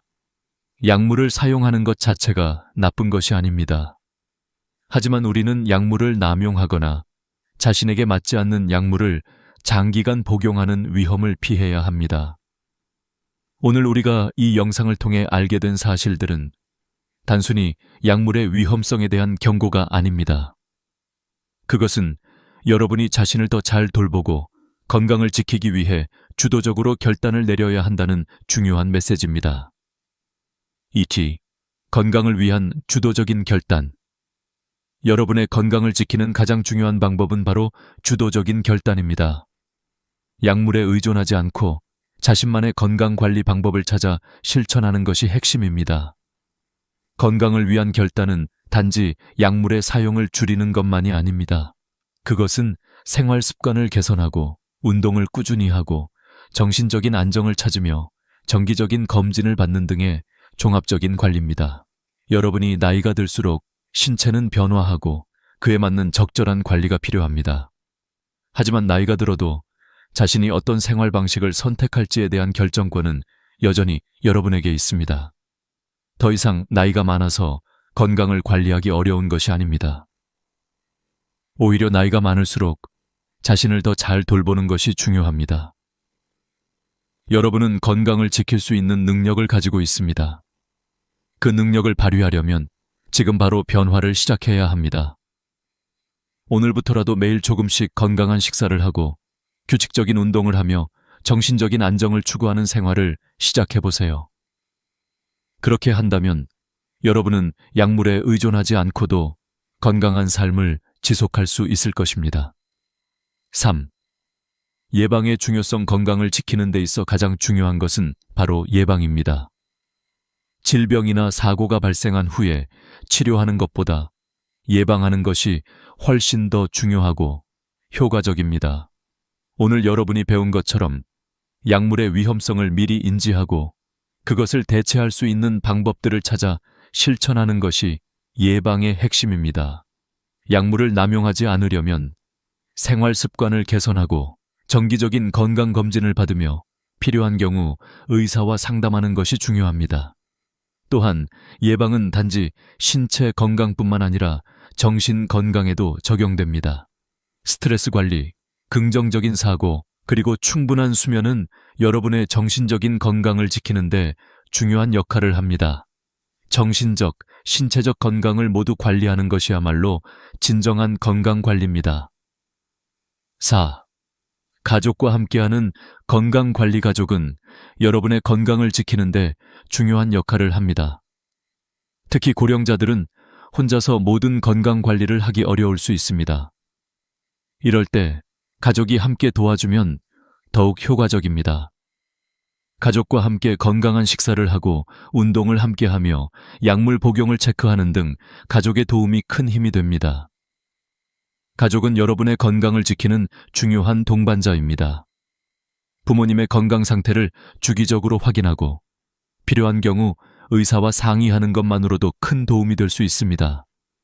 가족이 서로 도와가며 건강을 지키는 것은 나만의 건강을 지키는 것보다 더 큰 의미가 있습니다. 5. 결단을 내리기 위한 마지막 메시지. 이제 여러분이 약물에 대해 더욱 신중하게 생각하고 건강을 관리하는 데 있어 주도적인 결단을 내리기를 바랍니다. 오늘 우리가 다룬 내용은 단순히 약물의 위험성만을 경고하는 것이 아닙니다. 그것은 여러분이 건강을 주도적으로 지키고 예방적인 방법으로 건강을 유지할 수 있는 방법을 배우는 기회입니다. 여러분은 더 이상 약물에 의존하는 사람이 아닙니다. 이제는 자신을 주도적으로 돌보는 사람이 되어야 합니다. 오늘 이 영상을 통해 여러분은 건강관리에 대한 새로운 시각을 얻었을 것입니다. 그 시각을 바탕으로 이제부터 매일 조금씩 건강한 습관을 만들고 약물 사용에 대한 결정을 신중하게 내리세요. 여러분의 건강은 여러분 자신보다 더 잘 돌볼 수 있는 사람은 없습니다. 지금 바로 자신을 위한 결단을 내리세요. 그리고 이 결단을 실천으로 옮기는 것이 바로 건강을 지키는 첫 걸음입니다. 6. 구독과 함께 건강한 삶을 시작하세요. 마지막으로 여러분이 오늘 배운 내용을 통해 건강을 주도적으로 지킬 수 있다는 믿음을 가졌다면 더 많은 유용한 정보들을 위해 구독 버튼을 눌러주세요. 저의 채널은 계속해서 건강과 관련된 다양한 정보를 공유하며 여러분의 삶을 더욱 풍요롭고 건강하게 만드는 데 도움을 줄 것입니다. 여러분이 건강한 결정을 내리기를 응원하며 앞으로도 계속해서 유익한 정보를 제공하겠습니다. 지금까지 시청해 주셔서 감사합니다. 건강한 삶을 위한 첫걸음을 내디드세요. 여러분은 그걸 할 수 있습니다. 암보다 더 무서운 건 치료가 끝났다고 안심한 순간 다시 찾아오는 두 번째 암이라는 사실입니다. 수술도 잘 되었고 항암 치료도 끝났고 주변 사람들 모두가 이제 괜찮겠지라고 안도하는 그 순간 병원 문을 다시 두드려야 하는 일이 벌어집니다. 왜냐하면 검사 결과 재발 혹은 다른 장기로 전이가 확인되기 때문입니다. 이 이야기를 들은 순간 마음이 철렁 내려앉으셨을 겁니다. 하지만 이것은 특별한 사람만 겪는 이야기가 아닙니다. 우리가 무심코 반복하는 일상적인 습관 속에 답이 숨어 있기 때문입니다. 사람들은 흔히 암의 원인을 체질, 유전 혹은 단순한 운명 탓으로 돌립니다. 그러나 수십 년 동안 환자들을 지켜본 의사들은 공통적으로 한 가지를 발견했습니다. 바로 먹는 음식, 생활 습관이 암의 향방을 바꾸고 있었다는 사실입니다. 암이 무섭게 다시 찾아오는 이유는 치료 이후에도 여전히 암세포가 살아남을 수 있는 환경을 우리가 스스로 제공하기 때문입니다. 암세포가 좋아하는 먹이 그리고 성장하기 좋은 환경을 매일같이 만들어주니 그들은 다시 자라날 기회를 얻는 것이죠. 이쯤에서 많은 분들이 이렇게 말할지도 모릅니다. 아니, 내가 평생 몸에 좋다고 믿고 먹어온 것들인데 그게 왜 문제가 되나? 네, 충격적이지만 바로 그 음식들이 문제였습니다. 흰쌀밥, 달콤한 음료, 아침마다 챙겨 먹는 우유 한 잔, 편리해서 자주 찾는 편의점 도시락. 이 모든 것들이 암세포에게는 최고의 연료였던 것입니다. 믿기지 않으시죠? 그러나 이는 단순한 가설이 아닙니다. 연구와 실제 환자들의 사례가 이를 증명합니다. 70대 박모 어르신은 항암 치료를 무사히 마치고 기뻐하셨습니다. 가족들도 이제는 안심해도 된다며 여행도 계획했습니다. 그런데 1년 후 정기검진에서 간에 새로운 종양이 발견되었습니다. 그분은 당황하여 의사에게 물었습니다. 왜 또 생긴 겁니까? 수술도 하고 항암도 다 받았는데. 그때 담당 의사는 조심스럽게 물었습니다. 평소 식습관은 어떠신가요? 박 어르신은 대답했습니다. 아침마다 우유에 시리얼을 말아먹고 점심은 대충 빵으로, 저녁은 고기 반찬을 좋아합니다. 여기서 의사는 고개를 끄덕였습니다. 단순히 치료로만 끝나는 것이 아니라 이후의 삶이 암을 다시 부를 수도 있다는 사실을 보여주는 사례였습니다. 이 이야기를 듣고 있는 지금 혹시 마음속에 스치는 장면이 있으실 겁니다. 나도 매일같이 마시는 차, 자주 먹는 빵, 혹은 손자 때문에 자주 사다 놓는 소시지. 설마 이런 게 문제일까? 하고 의심하면서도 한편으로는 불안해지는 순간일 겁니다. 예, 바로 이런 작은 습관이 쌓여 큰 위험이 됩니다. 암세포는 우리가 생각하는 것보다 훨씬 교활합니다. 그들은 정상세포와 달리 규칙을 따르지 않습니다. 죽지도 않고 무한히 분열하며 끊임없이 성장합니다. 그리고 그 성장에 필요한 세 가지를 요구합니다. 첫째, 엄청난 에너지, 바로 당분입니다. 둘째, 세포 분열을 자극하는 성장 인자들입니다. 셋째, 몸속에 만성적인 염증을 만드는 환경입니다. 여기서 잠깐 멈추어 생각해 보십시오. 우리는 과연 암세포의 적이 되어 싸우고 있는 걸까요? 아니면 무의식적으로 동맹자가 되어 연료를 공급하고 있는 걸까요? 아침에 달콤한 음료로 하루를 시작하고 점심에 기름진 튀김을 먹으며 저녁에는 치즈와 고기를 곁들인 식사를 하는 그 순간순간이 암세포에게는 고맙습니다 라는 신호가 됩니다.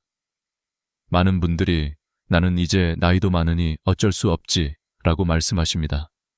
하지만 그건 잘못된 생각입니다. 나이는 단지 숫자일 뿐입니다. 몸은 언제든 새롭게 반응할 준비가 되어 있습니다. 80세가 넘어도 생활을 바꾸면 염증 수치가 내려가고 혈당이 안정되고 몸의 회복력이 살아납니다. 중요한 건 내가 무엇을 먹느냐, 내가 어떤 습관을 가지느냐입니다. 여기서 중요한 전환점이 등장합니다. 많은 사람들이 암을 이길 수 없다고 생각합니다. 그러나 의사와 연구자들이 수십 년간 확인한 것은 단순했습니다. 음식과 생활 습관이 암을 키우기도 하고 암을 굶겨 죽이기도 한다는 사실. 일본의 한 환자 모임에서 보여준 95%의 생존율은 결코 우연이 아니었습니다. 특별한 신약도 값비싼 치료도 아니었습니다. 단지 먹지 말아야 할 것을 끊고 지켜야 할 습관을 지켰을 뿐이었습니다. 이제 저는 여러분께 묻고 싶습니다. 과연 나는 내 몸을 어떻게 대하고 있는가? 치료가 끝났다고 안심하고 예전의 습관으로 돌아가고 있지는 않은가요? 편리하다는 이유로 전자레인지에 플라스틱 용기를 넣고 건강에 좋다는 말만 듣고 무심코 우유를 마시고 있지는 않으신가요? 그것이 바로 두 번째 암을 불러오는 진짜 이유일 수 있습니다. 이제부터 우리는 암이라는 거대한 적을 두려워하는 데서 멈추지 말아야 합니다. 오히려 암세포의 약점을 파악하고 그들이 무엇을 필요로 하는지 알게 되면 싸움은 달라집니다.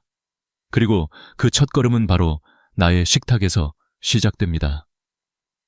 매일같이 손에 쥐는 음식, 매일같이 선택하는 생활 방식. 그것이 두 번째 암을 막는 가장 강력한 무기입니다. 오늘 이 이야기를 시작하면서 저는 단 한 가지를 약속드립니다.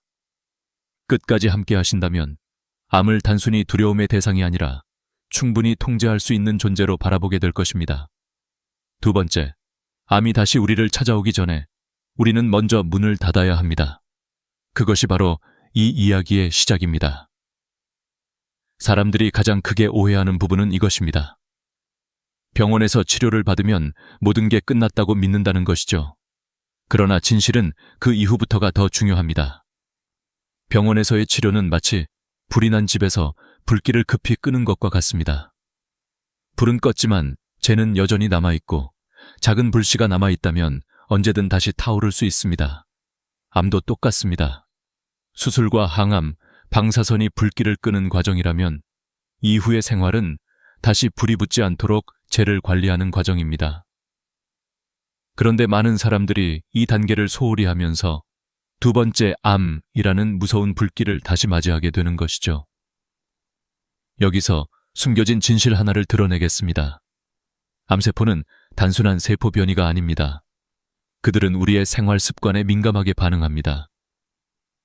우리가 무엇을 먹는지, 어떤 환경에서 살아가는지에 따라 암세포는 잠들기도 하고 깨어나기도 합니다. 특히 음식은 암의 최대 동맹이 될 수도, 가장 강력한 적이 될 수도 있습니다. 우리는 평생 건강식이라고 믿었던 음식들을 의심해야 할 때가 왔습니다. 예를 들어 많은 분들이 아침마다 마시는 우유, 소화 잘 되고 뼈 건강에 좋다고 믿으셨죠. 그러나 연구 결과 IGF라는 성장 인자가 암세포의 분열을 촉진한다는 사실이 밝혀졌습니다. 소에게는 송아지를 키우기 위한 호르몬이지만 인간의 몸에 들어오면 암세포 역시 함께 성장하게 됩니다. 여러분이 믿어온 건강식이 사실은 암세포의 성장 촉진제였던 겁니다. 또 다른 진실, 설탕과 정제 탄수화물입니다. 우리는 흔히 달달한 건 기분을 좋게 한다라고 말합니다. 그러나 암세포 입장에서는 설탕이 바로 생명줄입니다. 정상세포보다 수십 배 이상 포도당을 소비하는 암세포는 우리가 흰쌀밥이나 빵, 달콤한 음료를 먹는 순간 폭발적으로 에너지를 얻습니다. 환자들의 식단을 분석해보면 재발한 분들 대부분이 이런 습관을 버리지 못했습니다. 반대로 꾸준히 식단을 조절한 환자들은 훨씬 더 오래, 더 건강하게 지내셨습니다. 여기서 중요한 점은 의사들조차 오랫동안 이 사실을 간과했다는 것입니다. 불과 10년 전까지만 해도 의료계에서는 음식과 암은 별개라고 여겼습니다. 수술과 약물, 방사선이 전부라고 생각했습니다. 그러나 독일의 연구소에서 발표한 암세포가 정상세포보다 20배 더 많은 당을 소비한다는 연구 결과가 모든 걸 바꿔놓았습니다. 그때부터 전 세계의 의사들이 뒤늦게 눈을 떴습니다. 아, 음식이 단순한 생활 요소가 아니구나. 치료의 연장선상에 있는 중요한 무기구나. 그렇다면 왜 이런 진실이 널리 알려지지 않았을까요? 이유는 간단합니다. 식품산업과 의료산업이 얽혀 있기 때문입니다. 우유산업, 가공식품산업은 건강이라는 이미지를 끊임없이 강조합니다. 광고를 보십시오. 우유는 성장과 활력의 상징으로, 시리얼은 바쁜 현대인을 위한 건강식으로 포장됩니다. 그러나 그 이면에는 우리가 보지 못한 데이터가 숨어 있습니다. 우유 소비량이 급격히 늘어난 시점과 유방암 발병률이 폭발적으로 증가한 시점이 정확히 일치한다는 사실. 설탕 소비가 늘어난 시점과 대장암, 췌장암 발병률이 상승한 시점이 정확히 겹친다는 사실. 이런 통계는 화려한 광고 문구 뒤에 가려져 있습니다. 저는 오늘 이 순간만큼은 여러분이 이 불편한 진실을 마주하기를 바랍니다. 우리가 믿어온 상식이 사실은 잘못된 정보였다는 것, 몸에 좋다고 여긴 습관이 사실은 독이 되고 있었다는 것, 바로 이것이 두 번째 암을 불러오는 숨겨진 진짜 원인입니다. 생각해 보십시오. 왜 어떤 환자는 똑같이 치료를 받았는데 10년이 지나도 건강하게 사는 반면 어떤 환자는 1년 만에 다시 병원에 오는 걸까요? 단순한 운일까요? 아닙니다. 그 차이는 작은 생활 습관의 누적에서 비롯됩니다. 암세포는 우리가 어떤 선택을 하느냐에 따라 다시 고개를 들 수도 있고 영원히 잠든 채로 사라질 수도 있습니다. 저는 환자들을 만날 때마다 늘 이렇게 말합니다. 여러분은 암과 싸우는 게 아니라 암이 자랄 수 있는 땅을 바꾸는 겁니다. 씨앗은 누구나 가지고 있습니다. 하지만 어떤 사람은 잡초가 무성한 밭을 만들고 어떤 사람은 잡초가 자랄 수 없는 밭을 만듭니다. 음식과 생활 습관은 바로 그 밭을 가꾸는 도구입니다. 이제부터 이야기는 더 깊어집니다. 실제로 우리가 어떤 습관 때문에 암세포를 키우고 있는지, 그리고 그 습관을 어떻게 끊어낼 수 있는지를 사례를 통해 보여드리겠습니다. 듣고 계신 여러분 중 누군가는 지금도 나는 괜찮다라고 생각하실 겁니다. 하지만 방심은 가장 큰 적입니다. 지금 이 순간에도 암세포는 우리 몸 안에서 연료를 기다리고 있을지 모릅니다. 그들의 입을 굶기지 않는 한 두 번째 암은 언제든 다시 문을 두드릴 수 있습니다. 여러분, 이제 진실은 숨겨져 있지 않습니다. 문제는 우리가 그 진실을 직시할 용기를 내느냐, 아니면 여전히 편리함과 익숙함 속에 안주하느냐에 달려 있습니다. 오늘 이 자리가 바로 그 선택의 시작이 될 것입니다. 나이가 들수록 사람들은 습관에 더 크게 의존합니다. 아침마다 같은 시간에 일어나고 같은 음식을 먹고 같은 길을 걷습니다. 이 익숙함 속에서 안정을 느끼지만 동시에 그 익숙함이 때로는 건강을 해치는 덫이 되기도 합니다. 실제로 제가 만난 수많은 환자분들이 그러했습니다. 병원 진료실에 들어와 앉으면 그들의 얼굴에는 왜 또 이런 일이 나에게 벌어졌을까? 라는 질문이 가득했습니다. 그리고 하나같이 비슷한 이야기를 들려주셨습니다. 나는 늘 똑같이 살아왔습니다. 별다른 잘못은 하지 않았습니다. 그런데 왜? 예를 들어 서울에 사시는 78세 김모 어르신은 평생 근면하게 살아온 분이었습니다. 회사에서도 신뢰가 두터웠고 가정에서도 책임감 있는 아버지이자 할아버지였습니다. 암 진단을 받았을 때도 의연하게 치료를 받아냈습니다. 가족 모두가 안도하며 축하하던 순간 그는 다시 병원에 돌아와야 했습니다. 재발이 확인된 것입니다. 제가 그분과 차분히 이야기를 나누다 보니 매일 아침 드시는 한 잔의 우유와 시리얼, 그리고 간단히 빵으로 때우던 점심이 눈에 들어왔습니다. 그 습관이 바로 암세포의 연료가 되고 있었던 겁니다. 또 다른 사례는 대구의 82세 이모 할아버지였습니다. 평생을 아내가 해주는 따뜻한 밥상에 의존하며 살아오셨는데 몇 해 전 아내가 세상을 떠난 뒤 혼자 남게 되셨습니다. 그때부터는 직접 요리를 하기 힘들어 편의점 도시락으로 끼니를 때우셨습니다. 처음엔 간단히 먹을 수 있어 고마웠다고 하셨습니다. 하지만 편의점 도시락은 대부분 플라스틱 용기에 담겨 있고 전자레인지에 그대로 돌려 먹는 습관이 이어지면서 몸속 염증 수치가 계속 높아졌습니다. 몇 달 뒤 결국 재발 소식을 듣게 되셨습니다. 그는 제게 설마 이런 사소한 것들이 원인일까요? 라고 되물었지만 검사 결과는 명확했습니다. 작은 습관이 큰 변화를 일으킨 것이었습니다. 이런 이야기를 들으면 많은 분들이 마음속으로 자신을 떠올리실 겁니다. 아침마다 손자 손녀 때문에 사다 놓는 소시지, 저녁에 간단히 먹는 라면, 목이 마를 때 자주 찾는 생수병. 이런 것들이 내 삶에 편리함을 주지만 동시에 내 몸에 어떤 흔적을 남기는지는 깊이 생각하지 않습니다. 그러나 나이가 들수록 몸은 이런 작은 차이에 크게 반응합니다. 그리고 그 반응은 종종 암의 재발이라는 무서운 모습으로 돌아옵니다. 여기서 더 안타까운 점은 환자분들이 대부분 좋은 의도로 이런 습관을 갖게 되었다는 것입니다. 74세 이모 할머니는 건강을 위해 매일 아침 직접 과일 주스를 갈아 드셨습니다. 사과, 바나나, 당근, 케일에 여주까지 넣어 정성껏 만들었습니다. 그런데 몇 달 뒤 혈당 수치가 급격히 높아지며 당뇨 진단을 받았습니다. 이렇게 좋은 재료들을 썼는데 왜 이런 결과가 나오나요? 라는 할머니의 물음에 저는 과일 주스 한 잔에 각설탕 15개 분량의 당분이 들어있다는 사실을 설명해 드려야 했습니다.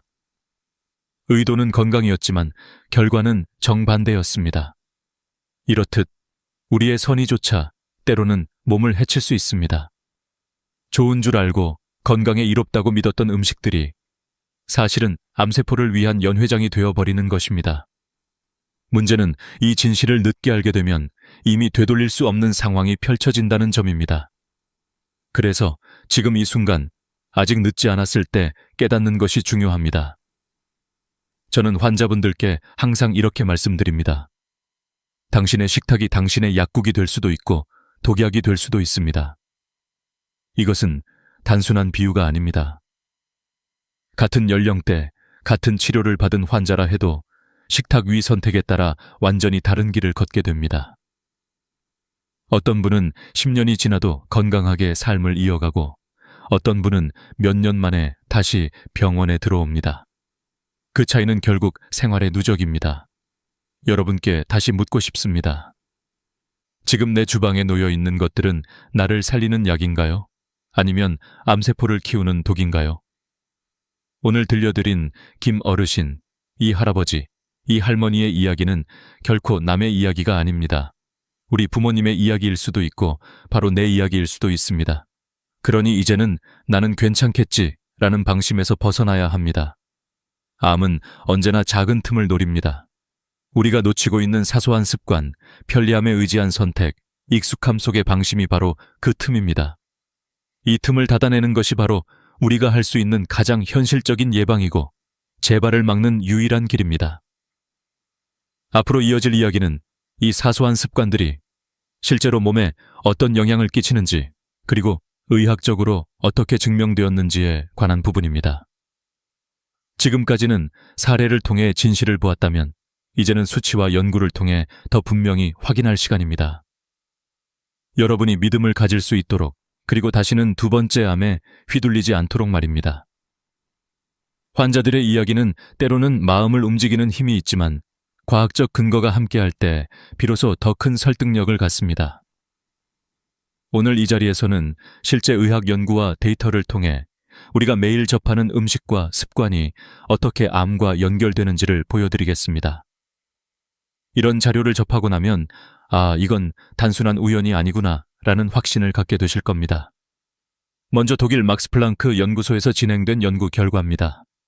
정상세포와 암세포를 비교했을 때 암세포는 포도당을 정상세포보다 수배나 더 많이 소비한다는 사실이 밝혀졌습니다.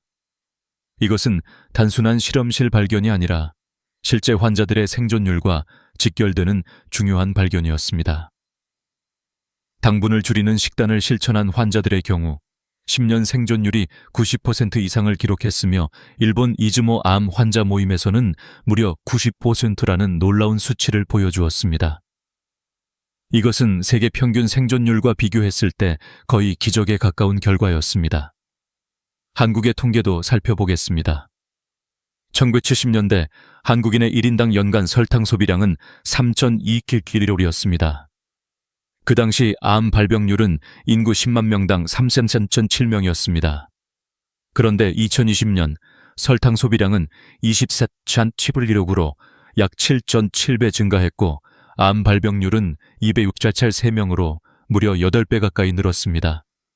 단순히 의학적 추측이 아니라 수십 년 동안의 통계가 이 사실을 증명하고 있는 것입니다. 우유와 유제품의 사례도 있습니다.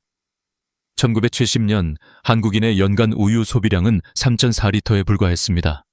여성 10만 명당 유방암 환자는 1.8명이었죠. 그런데 2020년에는 우유 소비량이 78.5리터로 급증했고 유방암 환자는 10만 명당 56.2명으로 늘었습니다. 무려 30배 이상 증가한 것입니다. 더 구체적으로 보면 학교에서 우유급식이 본격적으로 시작된 1980년대 이후 유방암 발병률이 급격히 상승하기 시작했습니다. 같은 시기 치즈와 요구르트 같은 유제품 소비도 대중화되었는데 이는 곧바로 발병률 곡선과 맞물렸습니다. 반면 같은 아시아권인 중국과 일본의 사례는 대조적입니다. 이들 나라에서는 전통적으로 유제품 소비가 적었습니다. 결과적으로 유방암 발병률은 한국의 절반 수준에 머물렀습니다. 단순히 문화적 차이가 아니라 식단의 차이가 명백히 건강의 결과로 나타난 것입니다. 튀긴 음식과 트랜스 지방의 영향도 무시할 수 없습니다. 하버드 보건대학원이 3만 명을 20년간 추적한 결과 트랜스 지방을 많이 섭취한 그룹의 심장병 사망률은 30% 높았고 암 사망률은 25% 증가했습니다. 특히 주 3회 이상 튀긴 음식을 먹은 사람들의 전립선암 발병률은 일반인보다 1.4배 높게 나타났습니다. 한국의 경우 치킨 소비량이 1990년 연간 1인당 3.2kg에서 2020년 14.8kg로 4.6배 증가했습니다.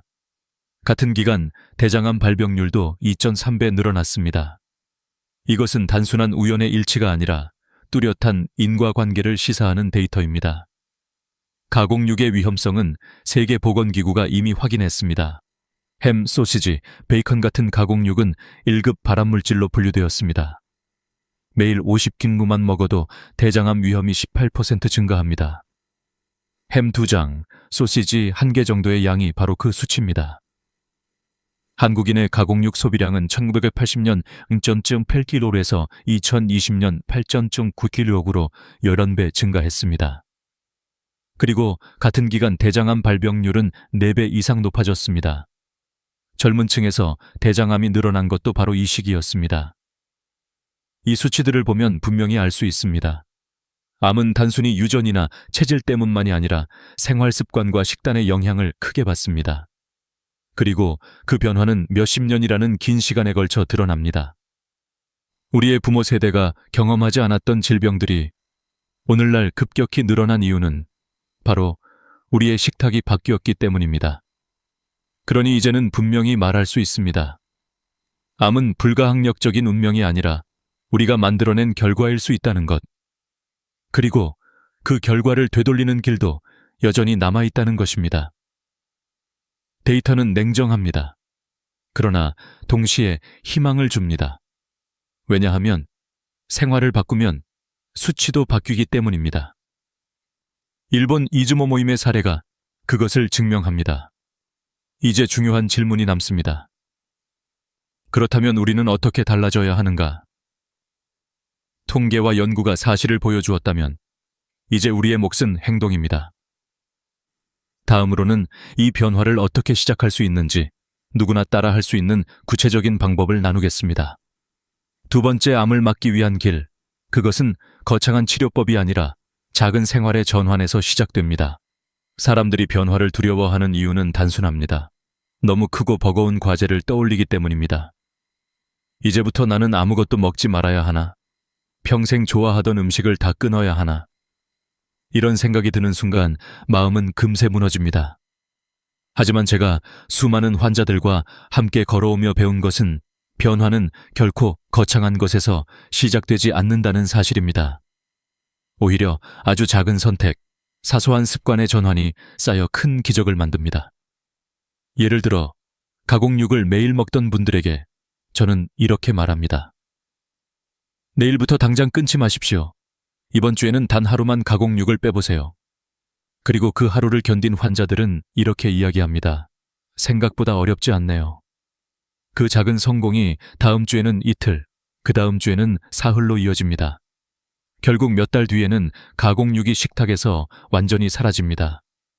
사람은 완벽을 향해 뛰어오를 수는 없지만 작은 발걸음은 언제든 옮길 수 있습니다. 또 하나 중요한 전략은 대체입니다.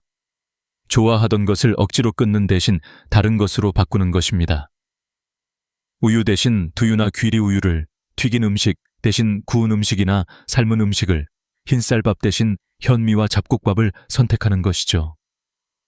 사람의 입맛은 생각보다 빨리 적응합니다.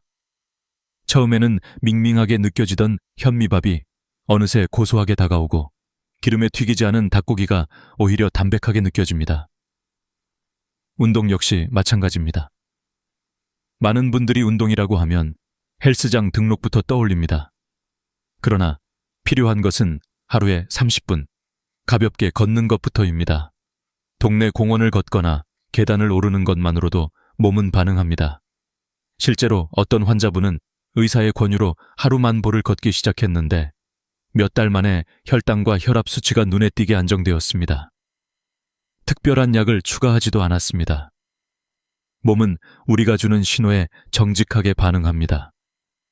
그리고 중요한 습관 하나, 바로 간헐적 단식입니다.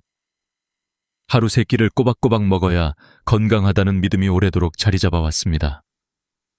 하지만 연구 결과 하루 16시간의 공복이 몸의 자가 회복 시스템을 활성화시킨다는 사실이 밝혀졌습니다. 실제로 간헐적 단식을 실천한 환자들의 암 재발률이 눈에 띄게 줄어들었습니다. 처음엔 어렵게 느껴지지만 저녁을 조금 일찍 먹고 아침을 조금 늦추는 것만으로도 가능합니다. 이 과정에서 가장 중요한 것은 혼자가 아니라는 것을 아는 겁니다. 가족과 함께 실천하면 훨씬 수월합니다. 손주와 함께 걸으며 운동을 하고 가족끼리 현미밥을 나누어 먹으며 함께 가공육을 줄여가는 과정은 단순한 건강관리가 아니라 삶의 새로운 결속을 만듭니다. 어떤 어르신은 이렇게 말씀하셨습니다. 처음엔 억지로 시작했는데 이제는 손자와 함께하는 시간이 기다려집니다. 그 덕분에 제 몸도 달라지고 가족도 달라졌습니다. 또한 저는 환자분들께 늘 이렇게 당부합니다. 한 번에 모든 걸 바꾸려 하지 마십시오. 한 주에는 가공육을, 다음 주에는 설탕을, 그 다음 주에는 튀긴 음식을 줄여 나가십시오. 이렇게 단계적으로 바꾸면 몸은 놀랍게도 3개월 만에 반응을 보입니다. 염증 수치가 낮아지고 혈당이 내려가며 몸이 가벼워지는 것을 직접 느낄 수 있습니다. 작은 변화가 눈에 보이는 결과를 만들 때 사람들은 비로소 확신을 얻습니다. 무엇보다 중요한 것은 마음입니다. 나는 이미 늦었다라는 생각이 가장 큰 장애물입니다. 그러나 제가 만난 수많은 환자들은 70세, 80세, 심지어 90세가 넘어서도 변화를 통해 새로운 삶을 살고 계셨습니다. 제주도의 87세 남성 환자는 말기 진단을 받았지만 식단과 생활 습관을 바꾼 뒤 7년째 건강하게 지내고 계십니다. 강원도의 94세 여성 환자는 4번의 재발 끝에도 올바른 습관으로 5년째 재발 없이 지내고 있습니다. 나이는 결코 벽이 되지 않습니다. 여러분, 변화를 두려워하지 마십시오. 암은 우리에게 큰 공포를 주지만 동시에 중요한 메시지를 줍니다.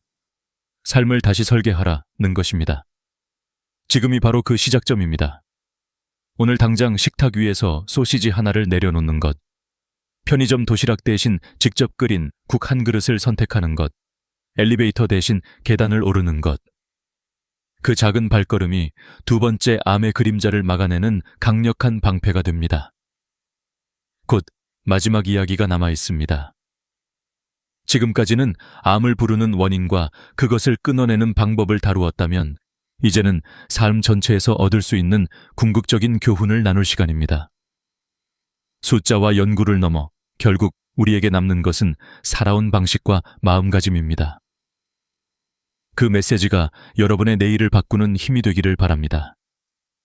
우리가 지금까지 살펴본 이야기는 단순히 음식이나 습관의 문제가 아닙니다. 더 깊은 차원에서 보면 그것은 삶을 어떻게 대할 것인가 라는 물음으로 이어집니다. 암을 겪은 분들이 공통적으로 말하는 것은 이 병은 나에게 두 번째 인생을 주었다는 것입니다.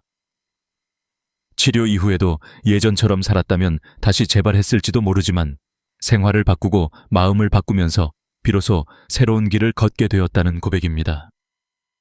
저는 수많은 어르신들을 만나며 한 가지 공통된 깨달음을 얻었습니다. 나이는 숫자에 불과하다는 말이 단순한 위로가 아니라 실제라는 것입니다.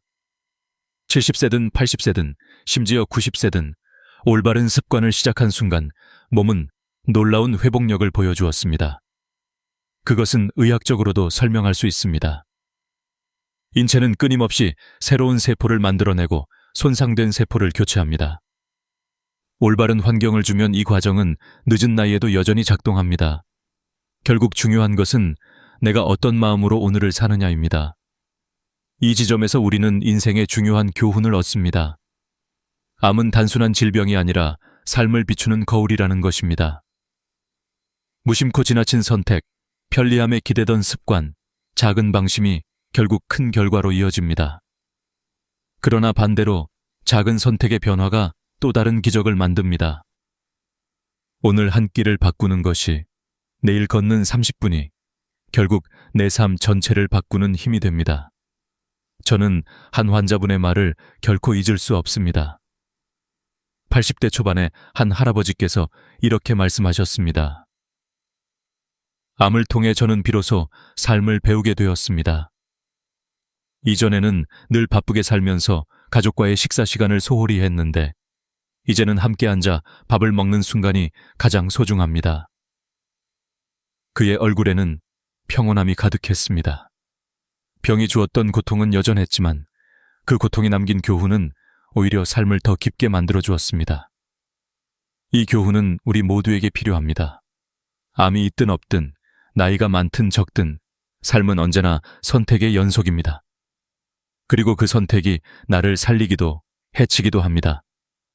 암이라는 극적인 상황 속에서 드러난 진실은 단순합니다. 올바른 지식과 올바른 실천이 있다면 두 번째 암은 피할 수 있다는 것, 나아가 더 건강하고 의미 있는 삶을 살 수 있다는 것입니다. 오늘 이 자리를 통해 저는 여러분께 이렇게 말씀드리고 싶습니다. 절대 포기하지 마십시오. 암은 무섭지만 결코 이길 수 없는 적은 아닙니다. 오히려 그것은 우리가 자신을 다시 돌아보고 더 나은 삶을 살도록 이끄는 신호일 수 있습니다. 두려움에 갇히지 말고 작은 변화부터 시작하십시오. 세상에서 가장 강한 힘은 희망과 실천이 만날 때 생겨납니다. 이제 여러분의 차례입니다.